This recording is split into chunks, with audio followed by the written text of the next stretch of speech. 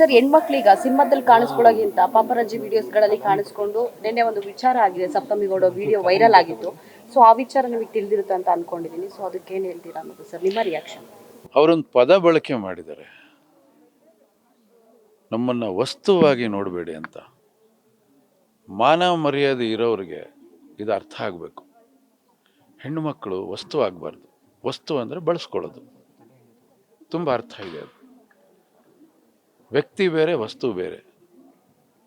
ವ್ಯಕ್ತಿಗಳನ್ನು ಗೌರವವಾಗಿ ನೋಡಿ, ಹೆಣ್ಣು ಮಕ್ಕಳನ್ನು ಗೌರವವಾಗಿ ನೋಡಿ. ಯಾಕೆಂದರೆ ಯಾರೇ ಆಗಲಿ, ನಾವು ಒಂದು ನಾಗರಿಕತೆಯ ಚೌಕಟ್ಟಿನಿಂದ ಹೊರಗಡೆ ಅದರ ಒಳಗೇನೆ ಇರಬೇಕು. ಆಗ ನಾವು ಚೆನ್ನಾಗಿರ್ತೀವಿ. ನಾವು ಆರೋಗ್ಯಕರವಾದ ವಾತಾವರಣ ನಿರ್ಮಾಣ ಮಾಡಬೇಕು. ನಾವು ನೆನ್ಪಿಟ್ಕೊಳ್ಳಿ, ನಿಮ್ಮ ಸುತ್ತಲೂ ಹೆಣ್ಣು ಸಮುದಾಯ ಇದ್ದೇ ಇದೆ. ಒಂದು ತಾಯಿ ಗರ್ಭದಿಂದ ನೀವು ಬಂದಿರ್ತೀರಿ, ಇನ್ನೊಂದು ಹೆಣ್ಣನ್ನು ಮದುವೆ ಮಾಡ್ಕೋತೀರಿ. ನಿಮಗೆ ಒಂದು ಹೆಣ್ಣು ಅಕ್ಕನೋ ತಂಗಿನೋ ಆಗಿರ್ತಾಳೆ. ನಾಳೆ ನಿಮಗೊಂದು ಹೆಣ್ಣುಮಗು ಮಗಳಾಗಿ ಹುಡ್ತಾಳೆ. ನೆನ್ಪಿಟ್ಕೊಳ್ಳಿ, ಒಂದು ಹೆಣ್ಮಗು ನೋವಾದರೆ ನಿಮಗೂ ಅದು ತಟ್ಟುತ್ತೆ, ನಿಮ್ಮ ಕುಟುಂಬದಲ್ಲೂ ಇರುತ್ತೆ. ಅರ್ಥ ಮಾಡಿಕೊಂಡು ಜವಾಬ್ದಾರಿಯಿಂದ ವರ್ತನೆ ಮಾಡ್ಕೊಳ್ಳಿ. ಕಲಾವಿದರನ್ನ ಗೌರವದಿಂದ ಕಾಣುವಂಥ ಒಂದು ಪದ್ಧತಿ ಆರಂಭ ಆಗಲಿ. ಇತ್ತು ಅಣ್ಣವರು, ವಿಷ್ಣು ಸರ್, ಅಂಬರೀಷ್ ಸರ್, ದೊಡ್ಡ ದೊಡ್ಡ ನಾಯಕ ನಟಿಯರು ಎಲ್ಲರೂ ಇದ್ದಾಗ ಅವ್ರನ್ನೆಲ್ಲ ಭಾಳ ಗೌರವದಿಂದ ಕಂಡಿದೆ ಈ ಸಮಾಜ. ಅವರೆಲ್ಲ ಚೆನ್ನಾಗಿ ಬದುಕಿ ಬಾಳಿದ್ದಾರೆ. ಇವತ್ತಿನ ಪೀಳಿಗೆಯಲ್ಲಿ ಇವತ್ತು ಬರ್ತಕ್ಕಂಥ ಕೆಲವು ಸಾಮಾಜಿಕ ಜಾಲತಾಣಗಳು, ಕೆಲವು, ನಾನು ಎಲ್ಲನೂ ಹೇಳಲ್ಲ, ಭಾಳಷ್ಟು ಜನ ಭಾಳ ಗೌರವದಿಂದ ನಡ್ಕೋತಾ ಇದ್ದಾರೆ. ಆದರೆ ಕೆಲವರು ಮಾತ್ರ ಇವ್ರ ಹೆಸರನ್ನು ಕೆಡಿಸೋ ರೀತಿಯಲ್ಲಿ ಅವ್ರು ನಡ್ಕೋತಾ ಇದ್ದಾರೆ. ಅವ್ರು ಸ್ವಲ್ಪ ಜವಾಬ್ದಾರಿಯಿಂದ ನಡ್ಕೋಬೇಕು ಅನ್ನೋದು ನನ್ನ ಸಂದೇಶ.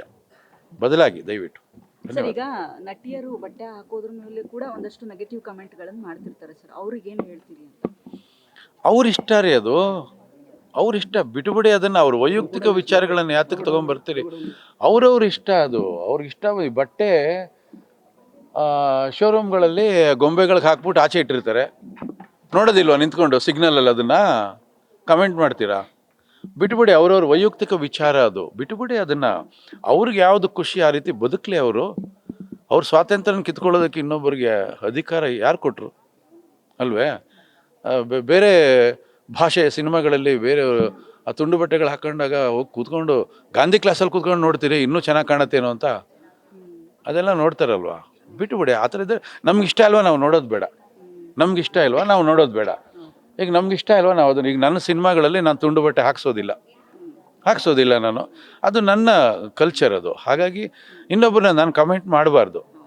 ಅವ್ರವ್ರ ಇಚ್ಛೆ, ಅವ್ರಿಗೆ ಇಷ್ಟ ಬಂದಂಗೆ ಉಡುಗೆ ತೊಡುಗೆ, ಆಹಾರ, ಪ್ರತಿಯೊಂದು ಕೂಡ ಅವರವರ ವೈಯಕ್ತಿಕ ವಿಚಾರಗಳು. ಅದನ್ನು ಪ್ರಶ್ನೆ ಮಾಡೋಕ್ಕೆ ಯಾರಿಗೂ ಅಧಿಕಾರ ಇಲ್ಲ. ಪ್ರತಿಯೊಬ್ಬರಿಗೂ ಅವ್ರದ್ದೇ ಆದ ಸ್ವಾತಂತ್ರ್ಯ ಈ ಸಮಾಜದಲ್ಲಿದೆ. ಅವ್ರು ಹೇಗೆ ಬೇಕೋ ಆಗಿರ್ತಾರೆ. ನಿಮ್ಗೆ ಇಷ್ಟ ಅಲ್ವೋ ದೂರ ಇದ್ಬಿಡಿ. ಸಮಾಜವನ್ನು ಹಾಳು ಮಾಡುವಂಥದ್ದೇನಾದ್ರು ಪ್ರಕ್ರಿಯೆಗಳು ನಡೆದಾಗ ಖಂಡಿತ ದನಿ ಎತ್ತಿ ತಪ್ಪಿಲ್ಲ. ಸಮಾಜ ಶುದ್ಧವಾಗಿರಬೇಕು. ಆ ವಿಚಾರದಲ್ಲಿ ರಾಜಿ ಇಲ್ಲ. ಸರ್, ಈಗ ಒಂದಷ್ಟು ಅದೇ ವಿಚಾರವಾಗಿ, ಈಗ ಟಾಕ್ಸಿಕ್ ಸಿನಿಮಾ ಬಾಲಿವುಡ್ ರೇಂಜ್ಗೆ ರಿಲೀಸ್ ಆಯಿತು. ಆ ಟ್ರೇಲರ್ ಆಗಿರ್ಬೋದು, ಟೀಸರ್ ಆಗಿರ್ಬೋದು. ಬಟ್ ಕೆಲವರು ಕಮೆಂಟ್ ಮಾಡೋದು ಅಂದರೆ ನೆಗೆಟಿವ್ ಆಗಿ, ಅಂದರೆ ಈ ಥರದ್ದೆಲ್ಲ ಸೀನ್ಸ್ ಬೇಕಿತ್ತಾ, ನಮ್ಮ ಕನ್ನಡ ಇಂಡಸ್ಟ್ರಿಗೆ ಈ ಥರದ್ದೆಲ್ಲ ಬೇಕಿತ್ತಾ, ಈ ಥರದ ಸಿನಿಮಾ ಬೇಕಿತ್ತಾ ಅಂತ ಒಂದಷ್ಟು ಜನ ಕಮೆಂಟ್ ಹಾಕಿದ್ರು. ಇದ್ರ ಬಗ್ಗೆ ಏನು ಹೇಳಿ? ಸಿನಿಮಾ ಯಾರು ನೋಡಿದ್ರು? Cinema teaser. ಸಿನಿಮಾ ಯಾರು ನೋಡಿದ್ರು? ಸಿನಿಮಾ ಯಾರು ನೋಡಿದ್ರು? ಸಿನಿಮಾ ನೋಡಬೇಕು. ಟೀಸರ್ ನೋಡಿಬಿಟ್ಟು ಸಿನಿಮಾ ಹೀಗಿದೆ ಅಂತ ಯಾರು ನಿರ್ಧಾರ ಮಾಡಬಾರ್ದು. ಯಾಕೆಂದರೆ ಒಂದು ದೃಶ್ಯ ಯಾತಕ್ಕೆ ಬಳಕೆ ಆಗ್ತಾ ಇದೆ, ಪರಿಪೂರ್ಣ ಕಥೆ ಏನು, ಯಾತಕ್ಕೆ ಮಾಡಿದ್ದಾರೆ? ಯಾಕೆಂದರೆ ಎಲ್ಲ ಪ್ರಬುದ್ಧವಾದಂಥವ್ರೆ. ತುಂಬ ದೊಡ್ಡ ಸಿನಿಮಾ, ವರ್ಲ್ಡ್ ಲೆವೆಲಲ್ಲಿ ಇರ್ತಕ್ಕಂಥ ಸಿನಿಮಾ. ಒಂದು ದೃಶ್ಯ ಅಲ್ಲಿ ಬಳಕೆ ಆಗಿದೆ ಅಂದರೆ ಯಾತಕ್ಕಾಗಿದೆ ಅನ್ನೋದನ್ನು ಯೋಚನೆ ಮಾಡಬೇಕು.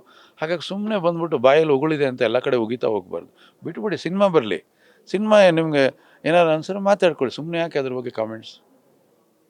ಅಲ್ವೇ? ದಿನಗಳಲ್ಲಿ ಅವರು ಪ್ರೊಟೆಸ್ಟ್ ಮಾಡಬೇಕು ಅಂತ ಅನ್ಕೊಂಡಿದ್ದಾರೆ. ಸೊ ಇಡೀ ಸ್ಯಾಂಡಲ್ವುಡ್ ನಟ ನಟಿಯರ ಸಪೋರ್ಟು ಸಪ್ತಮಿ ಅವರ ಸ್ಟ್ಯಾಂಡ್ಗಿದೆ ಸರ್, ನಿಮ್ಮ ಬೆಂಬಲ? ಇಡೀ ಚಿತ್ರರಂಗ ಒಂದು ಕುಟುಂಬ ಇದ್ದ ಹಾಗೆ. ಚಿತ್ರರಂಗದ ಯಾವುದೇ ಒಬ್ಬ ಸದಸ್ಯರಿಗೆ ಅವಮಾನ ಆದರೂ ಕೂಡ ಇಡೀ ಚಿತ್ರರಂಗ ಅವ್ರ ಜೊತೆಲಿ ಇರ್ತದೆ. ಅದರಲ್ಲಿ ಎರಡನೇ ಮಾತೇ ಇಲ್ಲ.